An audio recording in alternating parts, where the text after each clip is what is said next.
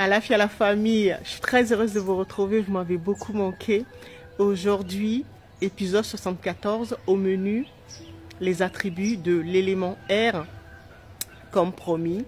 Et donc, nous allons l'aborder sous deux angles. Première partie, l'angle énergétique, par rapport aux soins énergétiques que nous proposons. Et deuxième partie, l'angle génétique. La famille, savez-vous pourquoi il est important, crucial, d'identifier et si possible rencontrer sa flamme jumelle ou ce que j'appelle la flamme sacrée? Eh bien, il y a plusieurs raisons pour cela, mais je vais en aborder deux. La première raison, on l'avait vu si vous nous suivez depuis le début de cette aventure, c'est que nous étions une âme au départ qui s'est divisée en deux durant ce qu'on appelle la division cellulaire. Donc, c'était la même chose au niveau de nos âmes. Et donc, qui dit âme dit archive. Et donc, l'autre partie de nos archives sont chez notre flamme sacrée, notre flamme jumelle. D'accord? Et donc, identifier cette personne nous permettra de pouvoir réunir la totalité des archives. Ça, c'est la première raison. Alors, la deuxième raison, c'est tout simplement parce que notre flamme jumelle est en fait nous-mêmes, mais dans le corps du sexe opposé. D'accord? Et donc, c'est avec cette personne qu'on pourra avoir une idée précise de ce que c'est l'amour véritable. C'est-à-dire l'amour désintéressé, ce qu'on appelle l'amour inconditionnel. Parce que c'est vrai que dans nos familles, nous n'avons pas eu cette chance de savoir vraiment ce que c'est que l'amour désintéressé. On en entend parler, mais nous ne savons pas ce que c'est. Et donc, c'est avec cette autre partie de nous-mêmes que nous pourrons vraiment savoir ce que c'est que l'amour véritable, l'amour désintéressé. C'est ce que nous recherchons tous. Alors, si vous êtes confronté, vous avez rencontré des personnes et que vous avez pensé que c'était peut-être votre flamme jumelle ou votre flamme sacrée et qui avait des prises de bec, des incompréhensions, de la trahison, voilà, ces genres de choses, c'est que c'est une relation karmique qu'il faut solder et que c'est une fausse, ce qu'on appelle une fausse flamme jumelle, que c'est pas votre flamme jumelle. Tout simplement parce que comme l'autre c'est une partie de vous, il ne peut y avoir que vraiment l'amour véritable. L'autre, c'est vous-même et donc l'autre est incapable de vous faire du mal. Même si la personne voulait, elle ne pourra pas vous faire du mal. Vous trahir, voilà, parce que c'est vous-même en fait. Et donc, nous allons pouvoir nous baser sur cette autre partie de nous pour identifier ou avoir un instrument de mesure pour savoir vraiment ce que c'est que l'amour véritable. Et c'est ce qui va nous guider, nous aiguiller pour faire des choix de partenariat dans tous les domaines, que ce soit au niveau social, au niveau professionnel, voilà.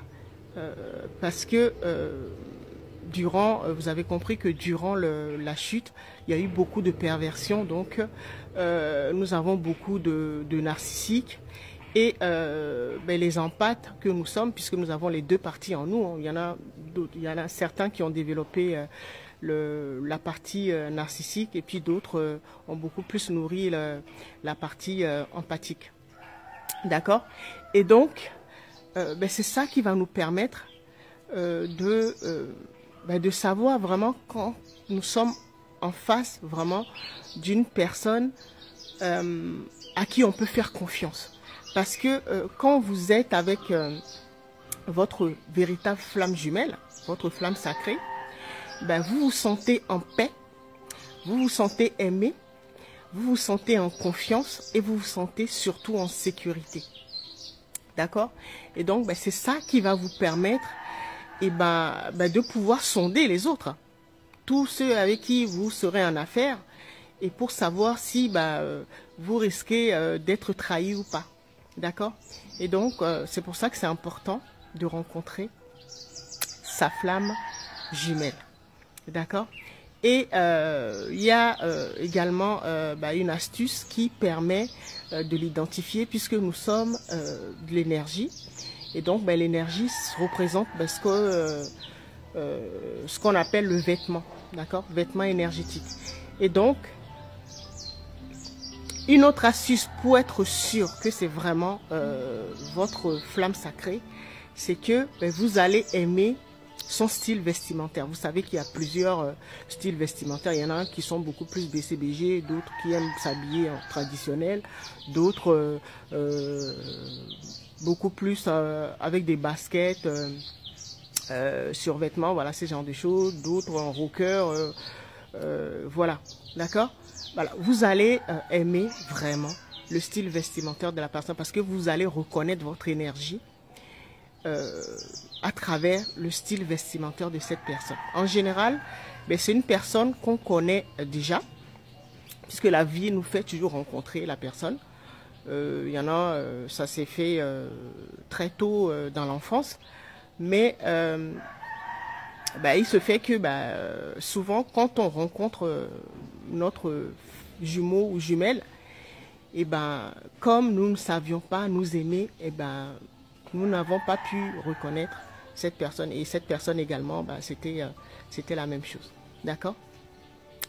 Alors, maintenant, nous allons voir les attributs de l'élément air. Alors, je vous avais expliqué que, en fait, l'élément air nous permettait de nous connecter à la source de la connaissance et de la sagesse. Et donc, pour pouvoir le faire, nous avons besoin de développer ce qu'on appelle l'empathie. L'empathie, c'est quoi? C'est différent de la compassion parce que beaucoup confondent la compassion et l'empathie parce que l'empathie, c'est le degré supérieur de la compassion. C'est au-delà de la compassion. Parce que la compassion, par exemple, vous avez un proche qui a perdu peut-être son boulot ou un être cher, un parent, voilà. Et donc, vous allez compatir avec cette personne, peut-être en lui donnant de votre temps, en lui offrant des cadeaux, voilà, des paroles positives et tout ça, d'accord? Ça, c'est de la compassion. Mais l'empathie nous permet vraiment de ressentir la douleur de cette personne qui vient de faire face peut-être à un divorce ou la perte d'un être cher, d'un parent, tout ça. Vous voyez? Donc, l'empathie, en fait, c'est vraiment être capable de sonder non seulement l'émotion d'un être en face de nous, d'accord, avec qui nous interagissons, mais également de pouvoir sonder son énergie, sa vibration, son intention et ses pensées, d'accord? C'est ça qui nous permet en fait de nous connecter à toute information, tout niveau d'information, puisque nous sommes tous constitués de champs informationnels, d'accord? Et c'est quand nous vibrons haut et donc que nous sommes capables d'arriver à la fréquence de l'empathie, d'accord? C'est à ce niveau-là, il y a plusieurs niveaux, hein, mais à ce niveau-là, nous sommes vraiment capables d'aller rechercher l'information, mais à des niveaux vraiment supérieurs. D'accord? Parce que vous avez compris, il y a plusieurs dimensions. On verra ça dans la deuxième partie. Il y a plusieurs dimensions et donc forcément il y a plusieurs couches d'informations.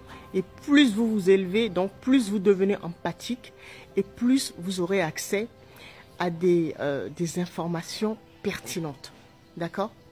Et donc on pourra dire que les divinités ou Dieu, c'est de l'empathie. Donc, c'est ça en fait qu'il faut travailler. Nous allons nous retrouver dans la deuxième partie pour aborder le volet génétique Et donc, nous allons approfondir ce sujet.